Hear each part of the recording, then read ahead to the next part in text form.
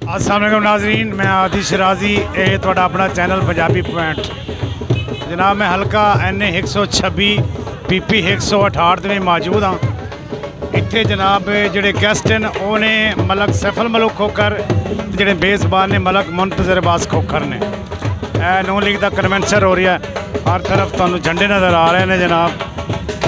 अंदर के मनाजरी में तुहानू विखावांगा नाजरीन। थोड़ी देर बाद इत्थे सैफल मलूक खोखर आने वाले ने। तो यह दसी जावा तो जो इतने मुकाबला है बड़ा सख्त है। मलक तौकीर अब्बास खोखर मलक करामत अली का बेटा है, इन्होंने मध्य मुकाबले सैफल मलूक खोखर थे। तो इधर PTI की तरफ नदीम अब्बास 12 है जनाब। वो मुकाबला उन्होंने फैसल सैफ खोखर के नाल। वड्डी सीट तो जनाब सैफल मलूक खोखर ने, छोटी सीट तो बेटा फैसल सैफ खोखर। तो उन्होंने मुकाबले जनाब नदीम अब्बास 12 तो सैफल मलूक के मध्य मुकाबले जनाब मलक तौकीर अब्बास 12। यह हल्का NA 126 ठोकर न्याज बेग के मैं मौजूद हाँ। तो जनाब यह जो ना मलक साहब साढ़े खड़े ने, अदर तुहानू विखा दिता सारे। जी साढ़े मलक बूटा साहब मौजूद ने, बड़े मशहूर मरूफ ने चाय वाले। इतने बड़ी चाय इन्होंने अच्छी मिलती है। तो यह भी नून लीग के कन्वेंशन मौजूद हैं, तकरीबन सारे ही अपने दोस्त अहबाब मौजूद ने। तो मलक साहब तो पूछ रहे हैं जी तू कौन जीतेगा। नाज़रीन मलक साहब तो पूछ रहे हैं भाई इतने कौन जीतेगा हल्का NA 126 के। मलक साहब है दसो इतने कौन जीतेगा हल्का NA 126 के। मलक साहब छोटी सीट से उसका बेटा साहब, दूसरा फैसल अयूब जड़े ने खोखर मलक सैफल मलूक खोखर के बेटे ने। तो उन्होंने चांस हैं जनाब जितने के, क्योंकि मुकाबला इतने बड़ा टफ हो रहा है, बहुत ज़्यादा मुकाबला है, हैवी मुकाबला इतने दोनों तरफ खोखर बरादरान है। तो अंदर के मनाजरा और नाज़रीन तुहानू विखाना जनाब। नाज़रीन अंदर के मनाजरे तुहानू विखा रही हैं, सारे अवाम ही अवाम कट्ठी हुई इतने तकरीबन काफ़ी लोग ने मौजूद इतने सारे।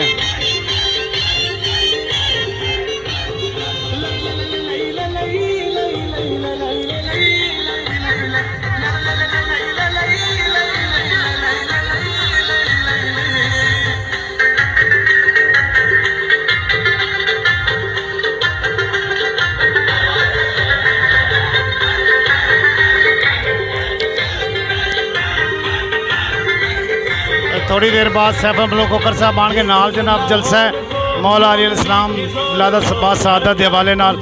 सामने देख लो मौला अली इस्लाम की स्टेज पे बैनर वगैरह इश्तिहार लगे हुए।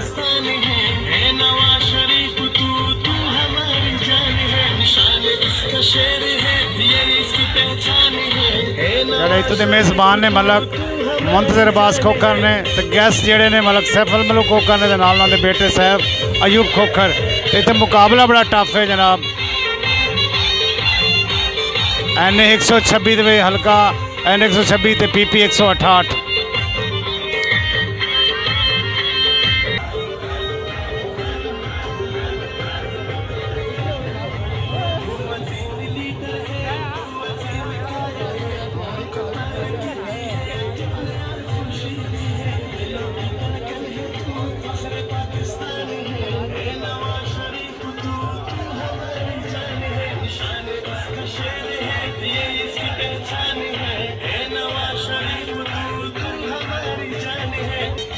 अंदरों न्याज बेग के मैं मौजूद हाँ।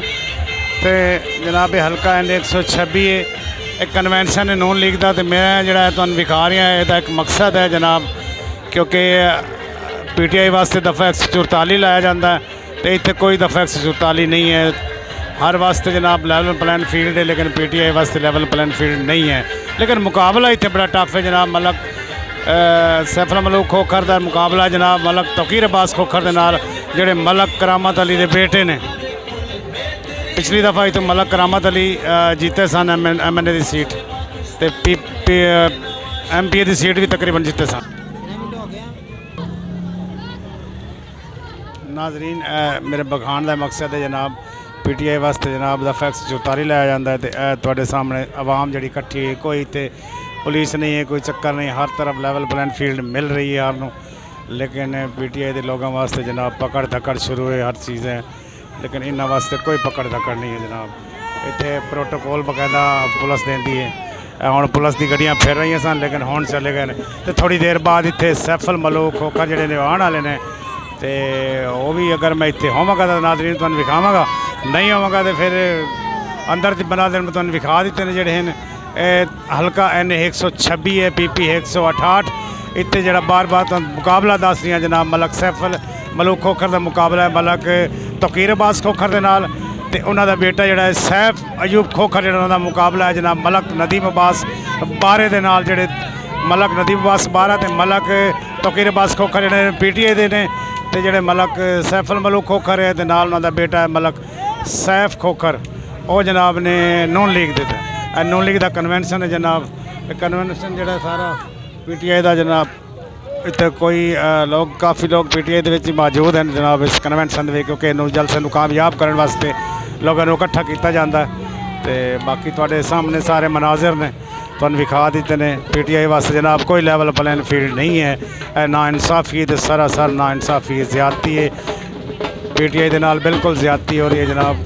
ਜਿਹੜਾ ਬਾਕੀ ਨੂੰ ਲੈਵਲ ਪਲੇਨ ਫੀਲਡ ਦਿੱਤੀ ਜਾਂਦੀ ਹੈ ਸਾਰੀ ਜਮਾਤਾਂ ਨੂੰ, ਲੇਕਿਨ ਇੱਕ ਜਮਾਤ ਜਿਹੜੀ ਉਹਦੇ ਵਾਸਤੇ ਸਾਰੀਆਂ ਪਾਬੰਦੀਆਂ ਲਾਈਆਂ ਗਈਆਂ ਨੇ ਜਿਸ ਦੇ ਵਿੱਚ ਜਨਾਬ ਪਾਬੰਦੀਆਂ ਇੱਥੋਂ ਤੱਕ ਨੇ ਲੋਕਾਂ ਦੀ ਪਕੜ ਦਕੜ ਕੀਤੀ ਜਾਂਦੀ ਹੈ, ਲੋਕਾਂ ਦੇ ਘਰਾਂ 'ਚ ਛਾਪੇ ਮਾਰੇ ਜਾਂਦੇ ਨੇ, ਔਰਤਾਂ ਨੂੰ ਗ੍ਰਿਫਤਾਰ ਕੀਤਾ ਜਾਂਦਾ ਹੈ, ਬੱਚਿਆਂ 'ਤੇ ਜ਼ੁਲਮ ਕੀਤਾ ਜਾਂਦਾ ਹੈ। ਇਹ ਪਾਕਿਸਤਾਨ ਦਾ ਜਿਹੜਾ ਦੋਹਰਾ ਮਿਆਰ ਇਹ ਨਹੀਂ ਹੋਣਾ ਚਾਹੀਦਾ। ਪਾਕਿਸਤਾਨ ਜ਼ਿੰਦਾਬਾਦ, ਪਾਕ ਫੌਜ ਪਾਇੰਦਾਬਾਦ, ਪਾਕਿਸਤਾਨ ਜ਼ਿੰਦਾਬਾਦ ਤੇ ਅੱਲਾ ਹਾਫਿਜ਼ ਜਨਾਬ। ਨਾਜ਼ਰੀਨ ਵੀਡੀਓ ਨੂੰ ਸਬਸਕ੍ਰਾइब शेयर ਕੀਤਾ ਕਰੋ, ਚੈਨਲ ਸਬਸਕ੍ਰਾइब ਕਰੋ, ਵੀਡੀਓ ਲੱਗੇ जनाब कमेंट्स करके लाजमन शेयर किया करो। अल्लाह हाफिज़।